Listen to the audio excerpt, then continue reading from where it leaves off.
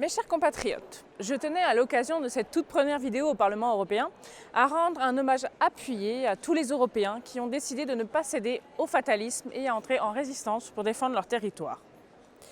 Pour illustrer mon propos, je vais vous relater un événement qui a eu lieu cet été dans le village de Haute-Corche dont je suis originaire, à savoir Saint-André-de-Baudu.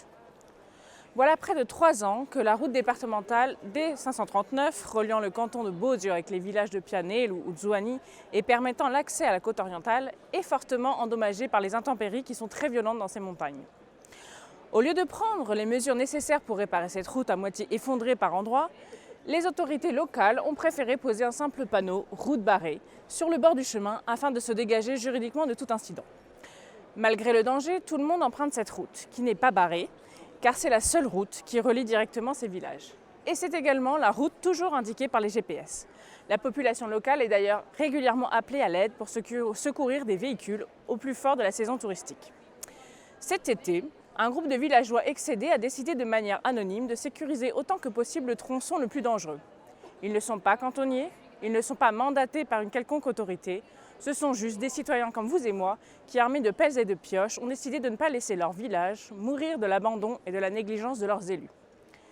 Ils ont filmé leur action afin de la faire connaître. Je vous invite donc à la partager depuis leur page Facebook Sambou-Couch, afin que cette initiative résistante réveille les autorités territoriales de Corse et les force à accomplir leur devoir d'élus responsables. Ils ont compris qu'il fallait révolutionner la logique dans laquelle notre système politique tente de nous enfermer. Si les héros anonymes de cette histoire sont des exemples, leur initiative pour autant ne doit pas devenir exemplaire. Car les hommes et les femmes politiques ne peuvent pas fuir leurs responsabilités. Les institutions ne peuvent laisser des gens prendre des risques pour accomplir un travail que leurs impôts financent, un travail pour lequel ces élus sont élus. L'Union européenne est largement une machine devenue à habituer ses citoyens à l'austérité et à l'inégalité de traitement. Dans le suivisme le plus total, les dirigeants nationaux ou territoriaux entretiennent ce mépris des territoires ruraux. La ruralité est devenue le parent pauvre de toutes les mesures politiques, alors même que reposent en son sein nos identités régionales, nationales et européennes.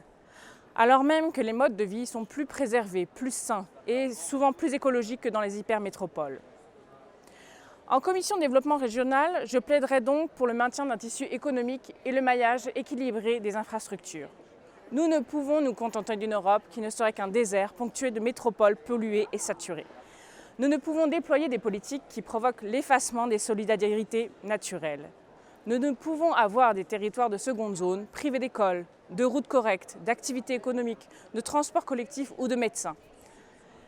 La Startup Nation qui nous est vendue par Emmanuel Macron fera peut-être un jour ressembler la France à une start-up, mais certainement jamais à une nation. À ce jour, leur projet est inhumain et inégalitaire. Nous devons renouer avec des politiques humaines, de proximité, et utiliser l'argent des citoyens européens pour tous les citoyens européens, et pour que les élus soient les premiers serviteurs de leurs concitoyens. Comme l'indique le nom de notre groupe, Identité et Démocratie, nous militons pour des politiques respectueuses de tous les Européens. Nous ne laisserons personne de côté, vous pouvez compter sur nous.